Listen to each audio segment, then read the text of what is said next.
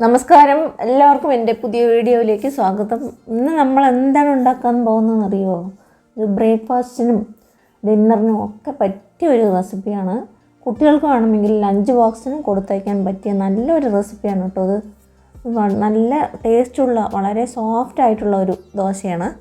അപ്പോൾ ഇത് നമുക്ക് ആദ്യം പച്ചരി 1 കപ്പ് 200 ml കപ്പിലാണ് ഞാൻ അതെടുത്തിട്ടുണ്ട്.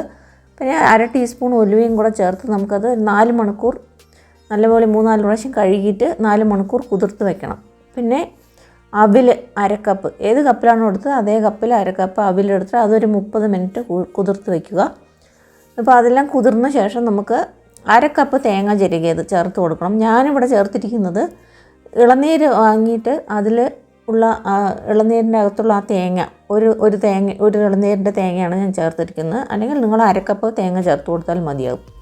പിന്നെ ഇതെല്ലാം കൂടി ചേർത്തിട്ട് നമുക്ക് മിക്സി ജാറിലിട്ട് നല്ലപോലെ നൈസായിട്ട് അരച്ചെടുക്കണം. അപ്പോൾ ഈ ബാറ്റർ ഇതുപോലെ, മാവ് ഇതുപോലെയാണ് കൺസിസ്റ്റൻസി ഉണ്ടാവേണ്ടത്. അപ്പോൾ ഒരുപാട് തിക്കായിട്ടും ഇരിക്കാൻ പാടില്ല, ഒരുപാട് ലൂസായിട്ടും ഇരിക്കാൻ പാടില്ല. അത് കഴിഞ്ഞിട്ട് നമുക്കിത് ഒരു 8 മണിക്കൂർ ഫെർമെൻറ്റ് ചെയ്യാനായിട്ട് വെക്കണം. അപ്പോൾ ഫെർമെൻറ്റ് ചെയ്ത ബാറ്ററാണിത്.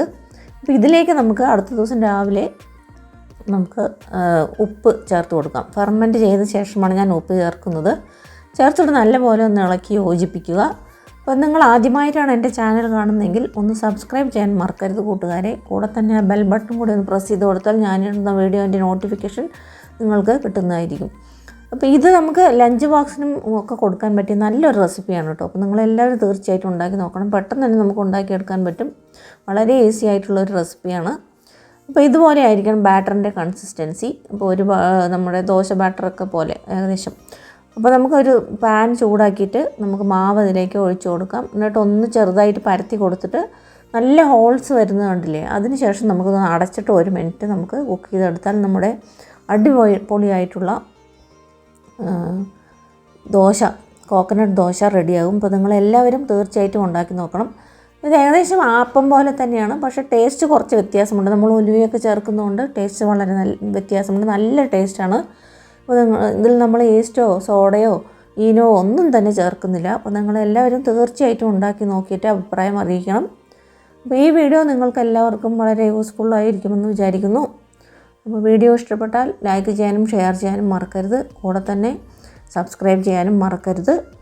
അപ്പോൾ നമുക്കിത് തേങ്ങാ ചട്നിയുടെ കൂടെയോ അല്ലെങ്കിൽ വേറെ ഏതെങ്കിലും സ്റ്റൂവോ അങ്ങനെ ഏത് കൂട്ടിയിട്ട് വേണമെങ്കിലും കഴിക്കാവുന്ന ഒരു ദോശയാണ്. അപ്പോൾ നിങ്ങളെല്ലാവരും തീർച്ചയായും ഉണ്ടാക്കി നോക്കിയിട്ട് അഭിപ്രായം അറിയിക്കുക. ഇപ്പോൾ നമ്മുടെ പഞ്ഞി പോലെയുള്ള അടിപൊളിയായിട്ടുള്ള ഒരു ദോശ റെഡിയായി.